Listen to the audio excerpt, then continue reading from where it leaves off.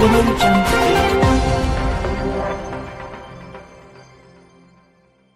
Jair Bolsonaro voltou a sugerir que não haverá prorrogação do auxílio emergencial e não demonstrou sequer ter uma política para assegurar emprego e renda à população. Lamento muita gente passando necessidade. Mas a nossa capacidade de endividamento está no limite. Disse ele a um apoiador. Satisfeito aí. Encerrou a conversa. 247 Jair Bolsonaro reafirmou nesta segunda-feira, 25, que não haverá prorrogação do auxílio emergencial, alegando que o endividamento do país está no limite.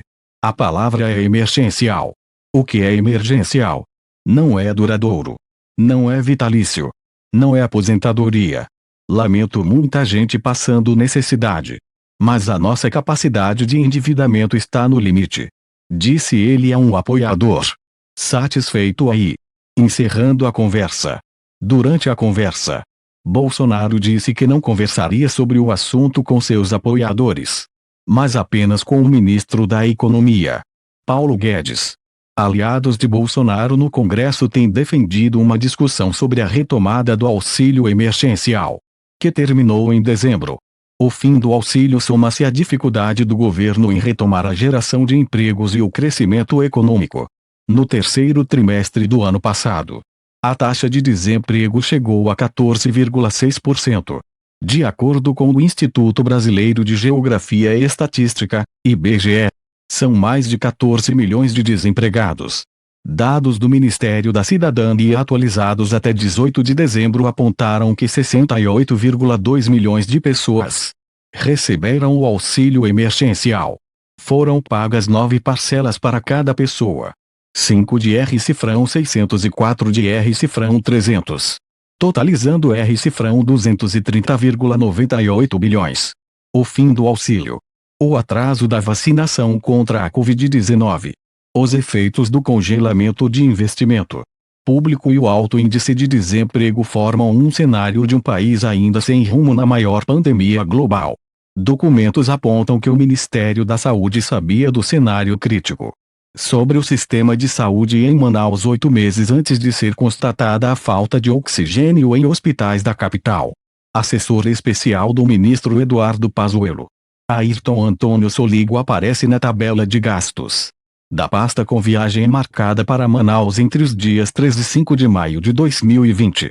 247 documentos públicos apontam que o Ministério da Saúde, comandado atualmente pelo general Eduardo Pazuello, sabia do cenário crítico sobre o sistema de saúde em Manaus 8 meses antes de ser constatada a falta de oxigênio em hospitais da capital amazonense.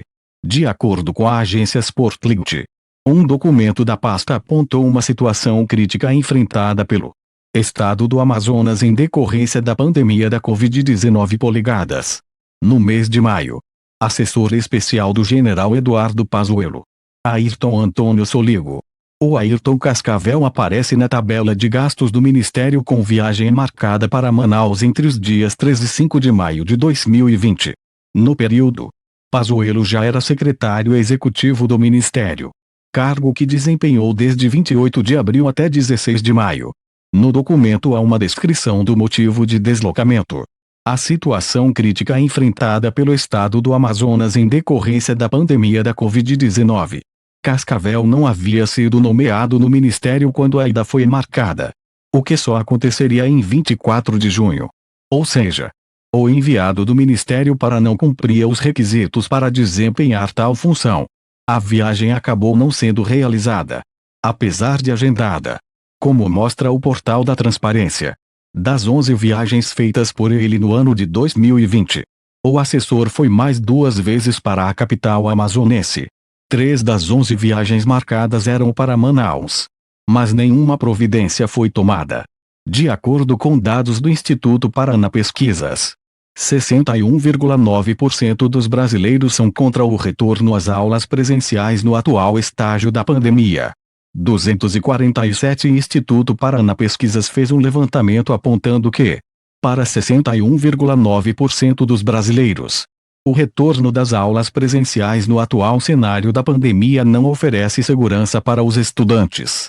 De acordo com a pesquisa, 34% afirmaram ser favoráveis à volta das aulas. Ao todo, 4,2% não opinaram.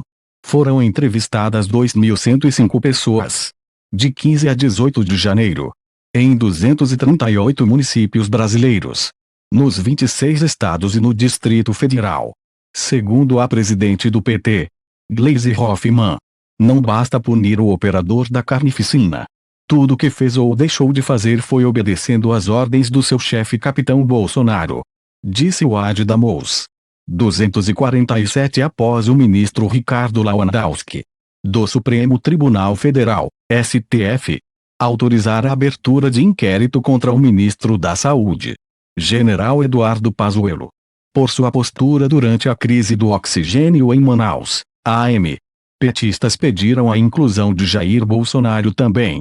Nesta segunda-feira, 25, o ministro do STF acatou um pedido feito pela Procuradoria-Geral da República, comandada por Augusto Aras, na última sexta-feira, 22.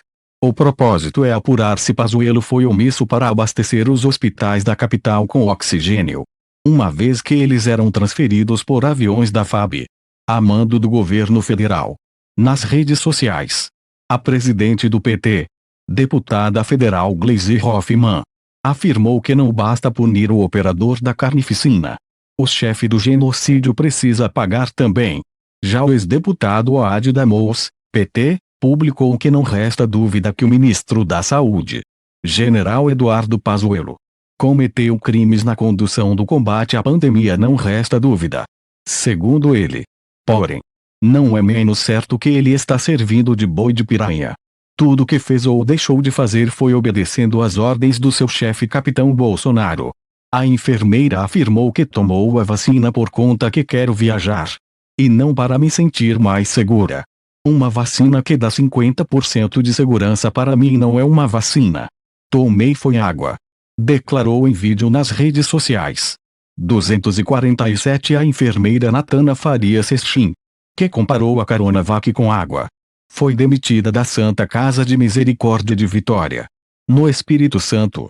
Ela postou um vídeo nas redes sociais debochando do imunizante desenvolvido pelo Instituto Butantan contra a Covid-19.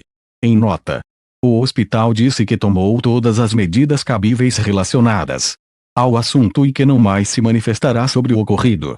Mas ressaltou na nota que mantém a postura clara e irrestrita com relação à importância da vacina como única solução possível para conter o avanço dos novos casos de coronavírus. A enfermeira será investigada pelo Conselho de Ética pelo Conselho Regional de Enfermagem do Espírito Santo. Infelizmente, uma manifestação que gerou muita indignação entre os profissionais de enfermagem e a sociedade.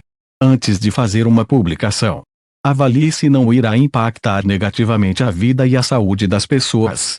A enfermagem tem um papel social e educativo que não pode ser esquecido, destacou o Corém. No vídeo, a enfermeira afirmou que tomou a vacina por conta que quer viajar, e não para me sentir mais segura. Uma vacina que dá 50% de segurança para mim não é uma vacina. Tomei foi água, declarou. Nas redes sociais, ela criticou as medidas contra ela. Estou com a consciência limpa. Não cometi crime algum. Em nenhum momento do vídeo fiz campanha contra a vacina. Apenas exerci meu direito como cidadã de expressar minha opinião. A famosa liberdade de expressão. Em nenhum momento eu debochei ou zombei dos mais de 200 mil óbitos que o Brasil teve. Disse. Os meus vídeos foram apenas exercendo meu direito de liberdade de expressão como cidadão. Eu fiz um vídeo caseiro, dentro da minha casa, sem expor ninguém, dando apenas o meu ponto de vista. Eu acho a vacina importante. Sim. Mas não acho que seja a salvação do problema. Foi um ponto de vista meu. Disse ao jornal A Gazeta. Eu não fiz campanha contra a vacina. Não falei para as pessoas não se vacinarem. Eu não fiz nada disso. Tanto que eu falo no vídeo: olha, para mim, essa vacina não tem segurança. Eu não tomei ela para me sentir mais segura. Foi um ponto de vista meu. Afirmou. O candidato do MDB reafirmou a promessa de respeitar a regra de proporcionalidade na distribuição de cargos da mesa diretora. o que garante espaço privilegiado ao PT. 247 ao deputado Baleia Rossi, MDB-SP, candidato à presidência da Câmara. Se reuniu nesta segunda-feira, 25, com deputados federais do PT de São Paulo e reafirmou seu compromisso em analisar algum dos 61 pedidos de impeachment de Jair Bolsonaro protocolados na casa. Segundo o jornal O Globo, a promessa frustrou parte dos presentes, que esperavam um compromisso público com a abertura, e não análise, do processo de impeachment. A bancada de 8 parlamentares petistas de São Paulo declarou apoio a Baleia Rossi, apesar de seu partido ter protagonizado o golpe de 2016 contra a presidente Dilma Rousseff. O candidato do MDB reafirmou a promessa de respeitar a regra de proporcionalidade na distribuição de cargos da mesa diretora, o que garante espaço privilegiado ao PT. Baleia Rossi disputará o comando da Câmara com o deputado Arthur Lira, PPAL, apoiado pelo Centrão e por Jair Bolsonaro. A eleição acontecerá no dia 1º de fevereiro, mesma data da eleição da presidência do Senado.